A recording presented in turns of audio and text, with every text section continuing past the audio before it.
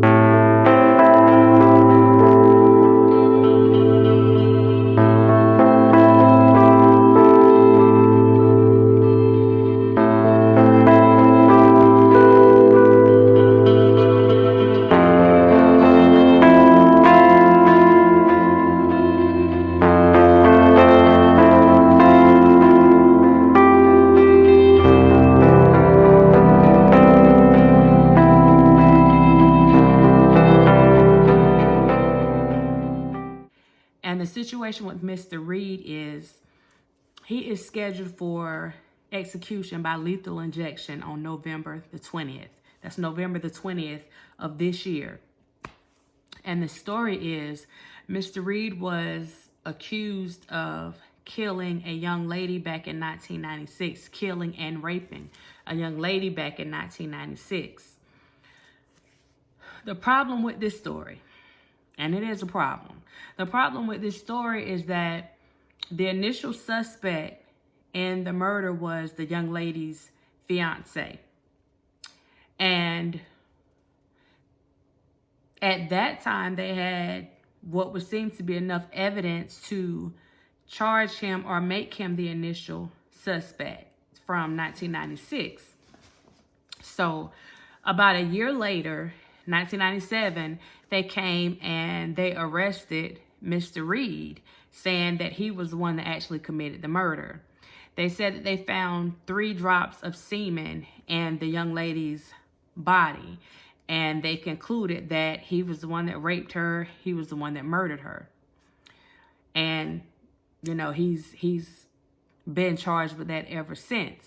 From 1996, she passed, and then they questioned him a year later. I want to say that again. So what we have now is he's scheduled for execution again on November the 20th. November the 20th, 2019.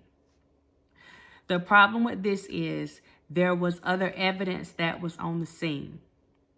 And Mr. Reed is petitioning the court to get them to go and test that evidence for DNA. They had things like a name tag, there was a belt, there were other pieces of evidence that were at the scene that the prosecution refused to test. Now, Mr. Reed believes if they test this information, that not only will it prove that he's not guilty of rape or murder with this young lady, it will also show them who was the perpetrator in this actual situation.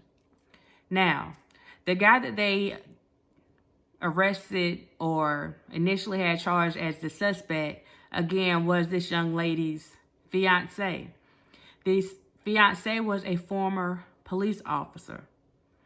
And I say former because he ended up being arrested for sexually assaulting and some other, I think, kidnapping and maybe doing some other things to a female that he had picked up.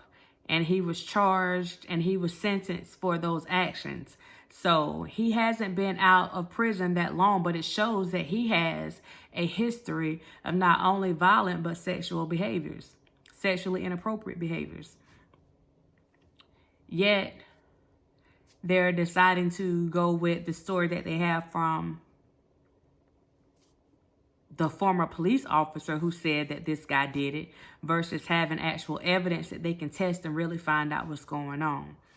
The twist in all this is that the reason why the Mr. Reed's semen was found in this particular female is because they were having an extramarital.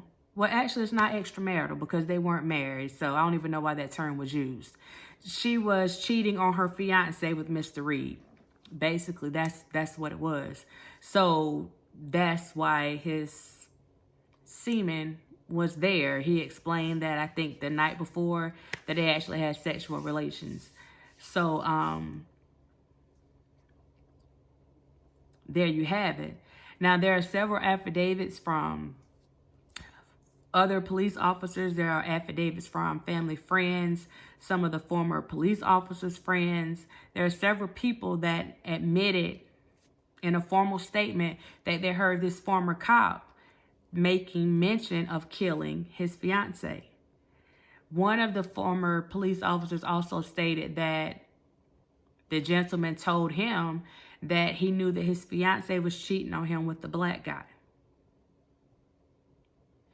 While this police officer or former police officer was locked up, he befriended another gentleman in prison that was a member of the Aryan Brotherhood gang in the prison. And he went to them requesting their protection for him against the blacks and the Hispanic guys. And they granted him that protection, and then he had to pay them with commissary. So he had that protection until they found out that he was a former cop. Strike one. Then they found out that not only was he a former cop, but he was charged with rape during the line of duty. Strike two. So they can no longer offer him that protection. And the gentleman that wrote that affidavit also said that he admitted to him directly that he murdered his fiance. And he said he felt like the guy said it to try to, get some street cred or some prison cred, for saying that he killed someone, that he murdered someone. So that's another story all by itself. So you have several affidavits from credible witnesses.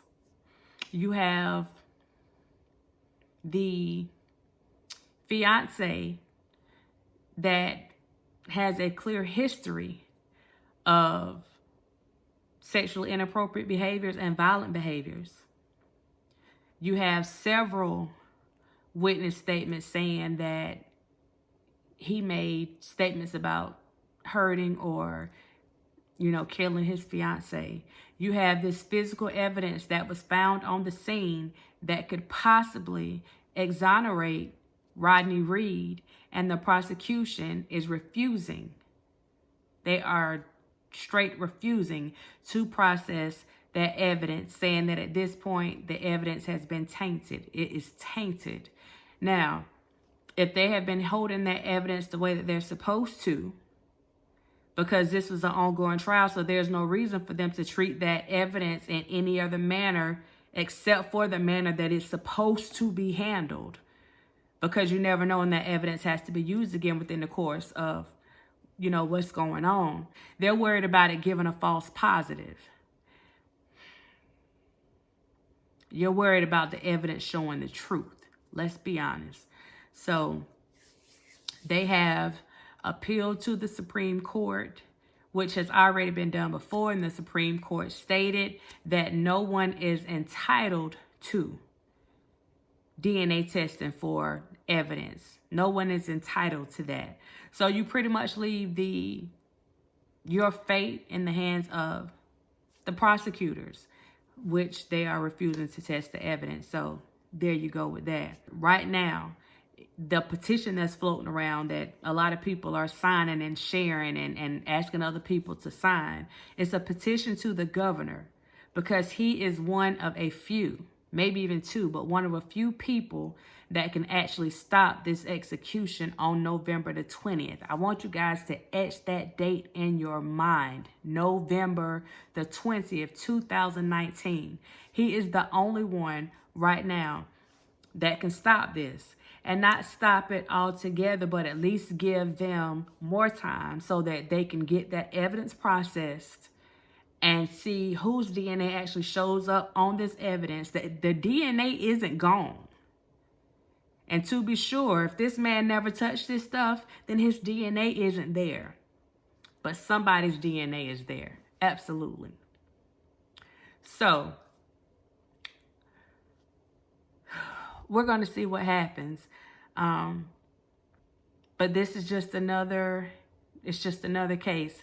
This guy's been sitting here. His family is fighting for him. You know, you have other attorneys that are fighting for him. And this is, I know, at least the second case that I've read about in the last few months where there was a guy that was on death row that was possibly innocent, and they had an overwhelming amount of evidence to show that these guys were innocent, yet the system did not want to do what they had to do to right a wrong.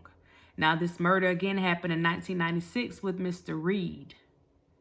So, the other case that I talked about that also happened in the last few months, this guy, the prosecutors and the defense both went to bat for him. And when it was taken to the judge, she just refused to do it. She said that he waited too late to try to appeal her ruling, where they didn't have the information before to appeal it. So now you have this situation right here, and you have this guy scheduled for November the 20th, 2019. He's going up for execution by lethal injection. You have time to right this wrong. Check that evidence. Do those DNA tests and make sure that that man's DNA is on that evidence. And if it's not on that evidence, I don't know how you can live with yourself. And I think this happened in Texas. I don't know how you can live with yourself knowing that you killed an innocent man just because you didn't want to be wrong. People need to think about what happened with the exonerated Central Park 5. Look how long that took. Look how these guys' lives had changed. I mean, you completely took away their youth because you didn't want to get the truth. So forget about this fiance being a former cop. He didn't care about being a former cop when he violated the lady that he was dealing with.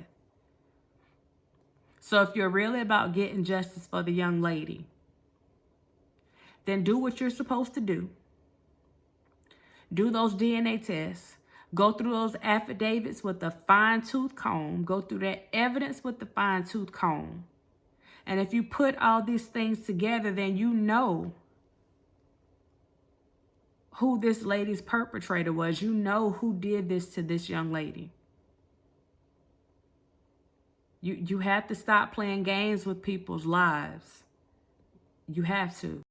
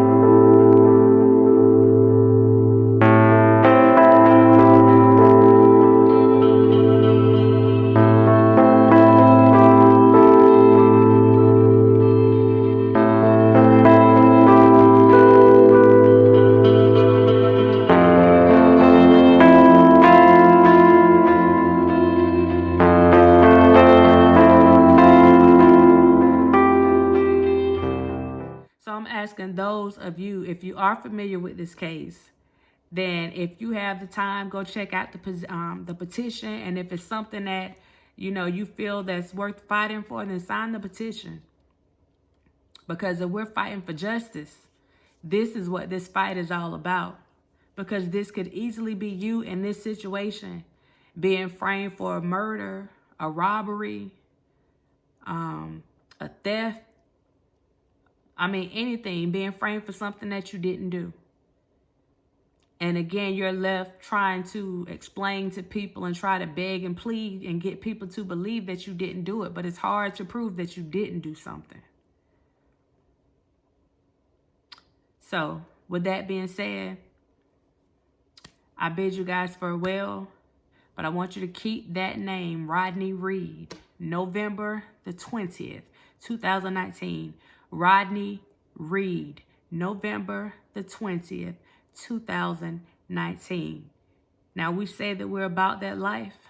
Let's be about that life. And I'll see you next time.